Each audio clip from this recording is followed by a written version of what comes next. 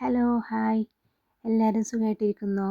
ഞാൻ ഇന്നിവിടെ വന്നിരിക്കുന്നത് പുതിയതായിട്ട് ആരെങ്കിലും പ്ലാന്റ് സെയിൽ ചെയ്യാൻ ആഗ്രഹിക്കുന്നുണ്ടെങ്കിൽ അവർക്ക് ഉപകാരപ്പെടുന്ന ഒരു വീഡിയോ ആയിട്ടാണ്.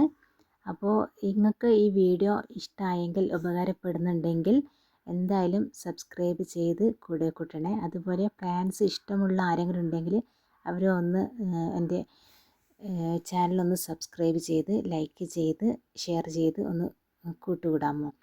പിന്നെ ഈ കട്ട് ചെയ്ത് വെച്ചിരിക്കുന്നതൊക്കെ സെയിലിന് പോകേണ്ട ഒരു പ്ലാന്റാണ്. ഓർഡർ വന്നിട്ടുള്ളതാണ്. എല്ലാം കട്ട് ചെയ്ത് റെഡിയാക്കി വെച്ചതാണ്. ഇതെല്ലാം ഇപ്പം പാക്ക് ചെയ്യും. ഞാൻ ഫസ്റ്റ് കാണിച്ചെന്ന പോലെ പ്ലാന്റ്സ് എല്ലാം ഒരേ വലുപ്പത്തിൽ കട്ട് ചെയ്തിട്ട് ഒരു ബൊക്കെ രൂപത്തിൽ പിടിക്കുക.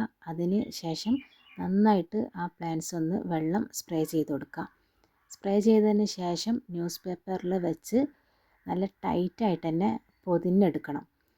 ടൈറ്റായിട്ട് പൊതിയുമ്പോൾ എന്ന് വെച്ചാൽ പ്ലാന്റ്സിന് കേടൊന്നും വരാൻ പാടില്ല കേട്ടോ. പ്ലാന്റ്സ് ഉള്ളൊന്ന് പൊട്ടിപ്പോവാത്ത രീതിയിലുള്ള ടൈറ്റ്, അതായത് പ്ലാന്റ്സ് ഇളകി പോവാത്ത രീതിയിൽ നന്നായിട്ട് ന്യൂസ് പേപ്പറിൽ റോൾ ചെയ്യുക. എന്നിട്ട് ആ റോൾ ചെയ്ത പേപ്പർ ഒന്നുകൂടി എന്താ പറയുക വെള്ളം സ്പ്രേ ചെയ്തതിന് ശേഷം വീണ്ടും ഒരു പേപ്പർ എടുത്ത് പിന്നെയും റോൾ ചെയ്യണം. റോൾ ചെയ്ത് നല്ലോണം സെക്യൂറായി റോൾ ചെയ്തതിന് ശേഷം ഒരു റബ്ബർ ബാൻഡോ അല്ലെങ്കിൽ വല്ല നൂലോ എന്തെങ്കിലും വെച്ചിട്ട് ഒന്ന് ടൈറ്റായിട്ട് വെക്കുക. ഞാൻ ഇവിടെ റബ്ബർ ബാൻഡാണ് വെച്ചിട്ട് സെക്യൂർ ചെയ്തത്. അതിന് ശേഷം ഒരു കാർഡ്ബോർഡ് എടുത്ത് വീണ്ടും അതൊന്ന് റോൾ ചെയ്യുക. അപ്പോൾ ഇങ്ങനെ ചെയ്ത് കഴിഞ്ഞാൽ ഉള്ളിലുള്ള പ്ലാന്റ്സിനൊന്നും പറ്റത്തില്ല. ഈ വെള്ളം സ്പ്രേ ചെയ്യുന്നതുകൊണ്ട് പ്ലാന്റ്സ് പെട്ടെന്ന് വാടിപ്പോവുകയില്ല കേട്ടോ. പിന്നെ ഒരു കാര്യം പ്രത്യേകം ശ്രദ്ധിക്കുക, പ്ലാന്റ്സ് കട്ട് ചെയ്തെടുക്കുന്നത് എപ്പോഴും ഒന്നുകിൽ രാവിലെ അല്ലെങ്കിൽ വൈകുന്നേരം ടൈമിലായിരിക്കണേ. ഈ ഉച്ചൻ്റെ ടൈമിലൊന്നും കട്ട് ചെയ്തെടുക്കാൻ പാടില്ല, പെട്ടെന്ന് തന്നെ വാടിപ്പോവും. പാക്ക് ചെയ്യാൻ നിന്ന് കഴിഞ്ഞാൽ പ്ലാന്റ്സ് വേഗം വാടാനുള്ള ചാൻസ് ഉണ്ട് കേട്ടോ. അപ്പോൾ അതെല്ലാവരും ഒന്ന് ശ്രദ്ധിക്കുക.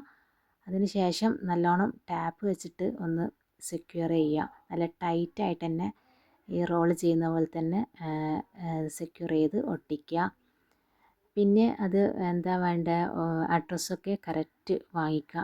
പിൻകോഡൊക്കെ തെറ്റാണ്ട് ടൈപ്പ് ചെയ്തിടാൻ പറയുക. അതൊക്കെ കറക്റ്റ് അവർ തന്ന പോലെ ടൈപ്പ് ചെയ്തിട്ടിട്ട് കൊറിയർ ഓഫീസിലേക്ക് പോവുക. എന്നിട്ട് കൊറിയർ ചെയ്യുക. അപ്പോൾ ഒരുപാട് കാർഡ്ബോർഡൊന്നും വെച്ചിട്ട് ചുറ്റാൻ നിൽക്കണ്ട.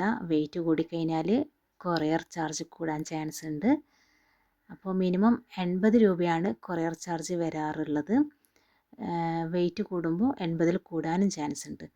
അപ്പോൾ നല്ലപോലെ അഡ്രസ്സൊക്കെ ഇതുപോലെ ടൈപ്പ് ചെയ്ത് അതിൻ്റെ മുകളിലും ഒരു വൈറ്റ് ട്രാൻസ്പെറൻ്റ് ആയിട്ടുള്ള ടാപ്പ് വെച്ചിട്ട് ആ അഡ്രസ്സിൻ്റെ മുകളിലൊന്ന് ഒട്ടിച്ചെടുക്കണം കേട്ടോ. എന്താ വെച്ച് കഴിഞ്ഞാൽ വെള്ളം എന്തെങ്കിലും വീണിട്ട് ആ അഡ്രസ്സ് മൈന് പോകാണ്ടിരിക്കാനാണ്. അപ്പോൾ എൻ്റെ ഈ വീഡിയോ എല്ലാവർക്കും ഇഷ്ടമായിട്ടുണ്ടെങ്കിൽ എന്തായാലും ഒന്ന് ലൈക്ക് ചെയ്യുക, സബ്സ്ക്രൈബ് ചെയ്യുക, സപ്പോർട്ട് ചെയ്യുക. ഓക്കെ.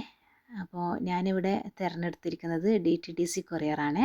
എൻ്റെ വീട്ടിൻ്റെ അടുത്തുണ്ട്, എനിക്ക് അതാണ് എളുപ്പം. അതുകൊണ്ട് ഞാൻ അതാണ് തിരഞ്ഞെടുത്തിട്ടുള്ളത്. പ്ലാൻസൊക്കെ മിനിമം ചില സ്ഥലങ്ങളിൽ 2 ദിവസം കൊണ്ടും ചിലയിടങ്ങളിൽ ഒരു 4 ദിവസത്തിനുള്ളിലും കിട്ടാറുണ്ട്.